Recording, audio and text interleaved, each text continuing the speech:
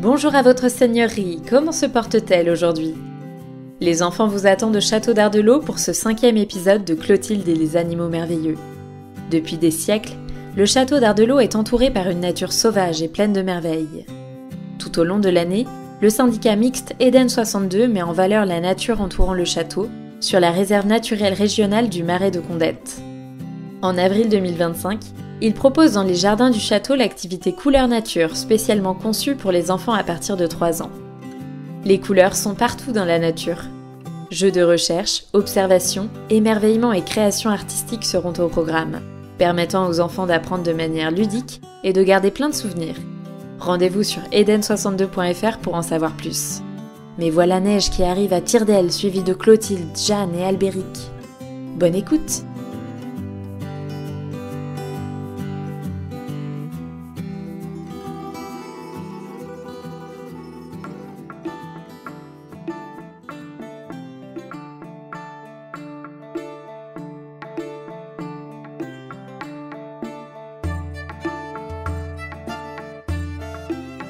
Un vent de mystère souffle sur les courtines du château. Une ombre plane sur les 10 tours d'Ardelot. Une plume tombe, rouge comme le feu. Dans les bois alentours, à la nuit tombée, un doux chant résonne. Oyez, oyez, damoiselles et damoiseaux du XIIIe siècle. La fabuleuse histoire de Clotilde et les animaux merveilleux va bientôt commencer.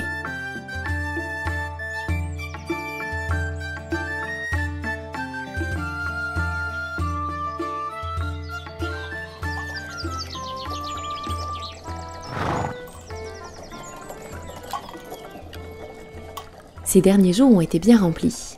Et la veille, Clotilde, Albéric et Jeanne ont rendu visite à Théodora l'apothicaire qui leur a raconté une étrange légende.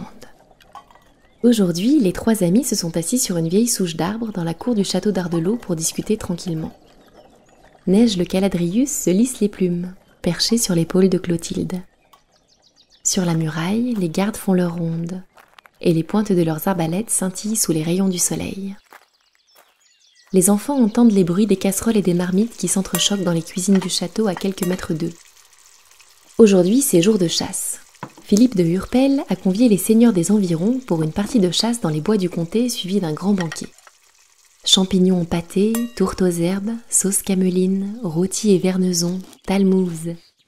Des odeurs de viande grillée, de légumes rôtis et de miel se répandent dans la cour du château et donnent l'eau à la bouche. Clotilde, elle, sait qu'elle aura quelques restes du repas un peu plus tard. Car Philippe de Hurpel et Mathilde de Damartin aiment faire profiter tous les habitants du château des mets fins et délicieux préparés pour les fêtes. Récapitulons. L'œuf que j'ai trouvé sur la muraille était en fait un œuf de Caladrius, un oiseau merveilleux capable de guérir les maladies avec son regard. Avance Clotilde. Mais nous ne savons pas comment elle a atterri ici, car les Caladrius qui peuplaient autrefois les bois du comté ont disparu à cause de la chasse. Poursuit Albéric. Mais ce n'est pas tout. D'après Théodora, des elfes et plein d'autres animaux merveilleux habitaient les bois, comme des griffons ou même des licornes. Renchérit Jeanne. À ces mots, les enfants se regardent. La trace de sabots aperçue à la lisière des bois leur revient en mémoire. Jeanne secoue la tête. C'était peut-être juste le sabot d'un cheval. Que nenni! L'empreinte brillait, comme si elle était illuminée. Mais Théodora a dit que tous les animaux avaient disparu. Peut-être qu'il en reste encore quelques-uns. Impossible. On le saurait. Notre père va souvent chasser dans les bois et il n'a jamais rien ramené de merveilleux. Mais regarde, Neige, il ne vient pas de nulle part. Neige étire son long cou et laisse échapper un petit cri. Clotilde sourit. Je ne sais pas d'où il vient, mais ce qui est sûr, c'est qu'il n'y en a pas deux comme lui. Un bruit de sabots raglant le sol leur fait tourner la tête. Une grande jument à la robe blanche immaculée et aux sabots bien brillants sort des écuries, tenue en longe par Pépin, un écuyer. C'est Opale, la jument du comte Philippe. Jeanne regarde l'animal avec admiration. Mon père dit qu'elle est si rapide que c'est comme de chevaucher un courant d'air. Au même instant, le comte sort du château, suivi de près par une quinzaine de seigneurs, de pages et d'écuyers. Il s'avance de sa démarche nonchalante, les cheveux en bataille. Mathilde de Damartin, la comtesse et la mère de Jeanne et Albéric, Clola marche en levant les yeux au ciel d'un air exaspéré. Philippe caresse l'encolure d'Opale. « Ah, ma belle Opale, ma mignonne, es-tu prête pour une petite promenade ?» Mathilde se rapproche de Philippe. « Ne pouvez-vous pas vous contenter d'une promenade, cher Philippe ? Et laisser ces pauvres sangliers et chevreuils en paix pour une fois. Notre poulailler regorge de poulardes bien dodues. Nous n'avons nul besoin de chasser pour nous nourrir. » « Je n'aime guère chasser, mais j'en suis forcé, que voulez-vous ? Les comtes organisent des parties de chasse, cela fait partie des traditions. Croyez bien, mamie, que je préférerais rester au château, à jouer de la harpe ou même faire de la broderie. » ajoute Philippe d'un ton rêveur. Mathilde sourit. Elle sait bien que son mari n'aime pas la chasse, et encore moins la guerre. Philippe enfourche Opale qui piaffe d'impatience. « Nous serons rentrés bien avant ce soir. Allez, hue !» s'exclame le comte en relâchant les rênes de sa jument qui part au galop. Clotilde tend l'oreille. Le galop d'Opale est si léger qu'il en est presque silencieux. « C'est à peine si ses sabots touchent le sol, » murmure-t-elle. La journée passe, tranquille. Mais à mesure que le soleil pâlit et que les ombres s'allongent, un murmure d'inquiétude parcourt le château. Mais que font donc le comte et les seigneurs ? Ils avaient dit qu'ils seraient de retour avant la nuit. Sur la table, les plats attendent, débordant de victuailles. « Venez, montons sur la muraille. » suggère Clotilde à ses amis qui ont l'air très inquiets. « De là-haut, nous les verrons arriver. » Les enfants grimpent sur une coursive. Les derniers rayons du soleil embrasent la forêt. Les arbres aux reflets rouges et orangés ressemblent à des flammes ondulant dans le soir. « Là, je vois quelque chose !» s'écrie Albéric en pointant une ombre qui sort de la forêt.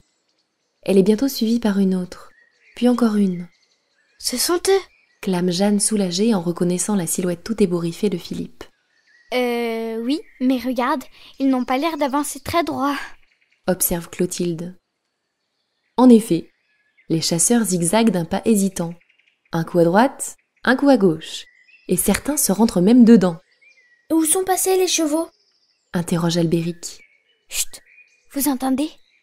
Les trois amis tendent l'oreille. Mais non, Clotilde, Jeanne et Albéric ne rêvent pas. De l'orée des bois leur viennent des rires aux éclats. Les chasseurs sont secoués par des rires si tonitruants qu'ils en résonnent dans tout le château. Et ce n'est pas tout. Certains parlent tout seuls, d'autres chantent, gesticulent dans tous les sens ou même font la roue. Les portes du château s'ouvrent et tout le monde se précipite à leur rencontre. Les enfants se hâtent de descendre de la muraille. Dans la grande salle à manger du château, c'est la cohue. « Mais que se passe-t-il ?»« Monseigneur, vous vous sentez bien ?» Ils ont l'air d'avoir bu un peu trop de cervoise. Les chasseurs se roulent par terre, grimpent sur les chaises, jouent à saute-mouton. Bon, ça suffit. La voix calme de la comtesse Mathilde fait taire les bavardages. Elle s'approche de Philippe qui glousse et le regarde droit dans les yeux.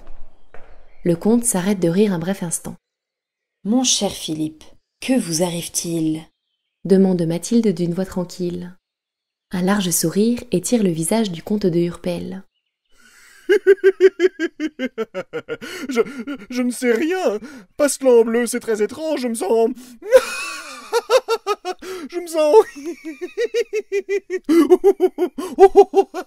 La cascade. La cascade. La cascade ? Mais quelle cascade ? demande Albéric. Il n'est vraiment pas dans son état normal. S'inquiète Jeanne. Attendez, je vais aller chercher mon père. Il pourra peut-être lui donner un remède. Mais Clotilde n'a pas le temps de courir à la forge que son père arrive tout essoufflé. Laissez-moi passer. Faites place. Tout le monde s'écarte. Enguerrand prend le poignet de Philippe. Son pouls est rapide. Respiration saccadée, pupille dilatée, aubépine et camomille. Il tire une petite fiole de sa sacoche et la débouche. Philippe roule des yeux et lève les bras au ciel. La cascade. Ouvrez la bouche, monseigneur, je vous en prie, demande Enguerrand en secouant vigoureusement la fiole. Philippe tire la langue et il se dépêche de verser 3 gouttes dessus. Le comte toussote, crachote, frissonne, puis il s'assoit par terre. Papa, Papa, appelle Jeanne en s'agenouillant près de son père. Philippe lève les yeux et sourit à sa fille. Oh, ça va mieux. Ce coup de folie est passé. Je suis revenu à moi. Toute l'assistance pousse un soupir de soulagement. Enguerrand administre le remède à tous ceux qui sont revenus de la partie de chasse, et la grande salle du château retrouve son calme. Bon, et maintenant, Philippe, vous allez peut-être pouvoir nous dire ce qu'il s'est passé ? Interroge Mathilde. Eh bien, tout cela est fort mystérieux. Nous étions à la poursuite d'un animal pour le moins étrange. On eût dit un sanglier, mais au pelage flamboyant et à la tête d'oiseau. Clotilde, Jeanne et Albéric se regardent. Et si c'était un animal merveilleux ? Mais qu'est-ce que vous nous chantez là, Philippe ? Un tel animal n'existe pas. Oui, enfin, sans doute que notre imagination nous a joué des tours. Puis, nous sommes arrivés près d'une cascade fort joliette. Nous avons voulu nous y abreuver, et une mélodie enchanteresse est parvenue à nos oreilles. Une mélodie ? Oui, un chant à la fois doux et puissant, qui semblait venir de partout, de nulle part à la fois, et ensuite, eh bien, je ne me souviens plus très bien. Les chevaux se sont enfuis, et je crois... Un murmure de stupeur parcourt l'assemblée. Mais oui, les chevaux, que sont-ils devenus ? Une lueur d'inquiétude traverse le regard de Philippe. Opale, ma jument ! Souffle-t-il consterné. Clotilde se penche vers Jeanne et chuchote. ce que ton père décrit, ça ressemble à un sortilège, non ? Oui, ce chant près de la cascade les a rendus complètement fous. Tu crois que ça pourrait être l'œuvre d'un enchanteur ou d'une sorcière ? Mais Clotilde ne l'écoute plus. Un éclat rouge a attiré son attention. Une plume d'un rouge flamboyant est accrochée à la veste de Pépin l'écuyer. Clotilde se rapproche de Pépin. Pépin ? Qu'est-ce que c'est que cette plume ? Pépin montre du doigt les bois derrière l'épaisse muraille du château. Clotilde est fascinée. La plume est si rouge et si brillante qu'elle en est presque aveuglante. Elle tend la main vers elle pour la toucher. Ses doigts effleurent le bord de la plume et un cri de stupeur sort de la bouche de Clotilde. La plume s'enflamme et en quelques secondes, elle n'est plus qu'un petit tas de cendres. Le regard de Clotilde croise ceux de Jeanne et d'Albéric. Cette fois-ci, elle en a le cœur net. D'étranges créatures se cachent dans les bois.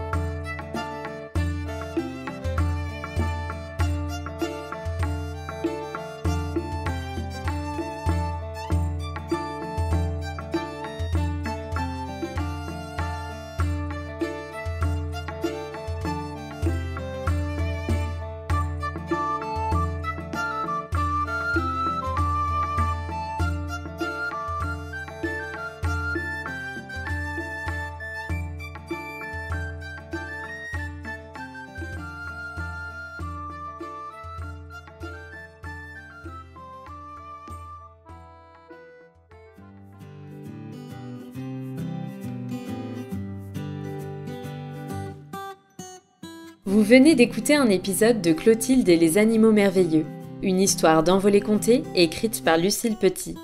Pour nous soutenir, mettez-nous 5 étoiles sur Apple Podcast et retrouvez-nous sur Instagram à @envolécontée. À lundi prochain pour la suite de l'aventure.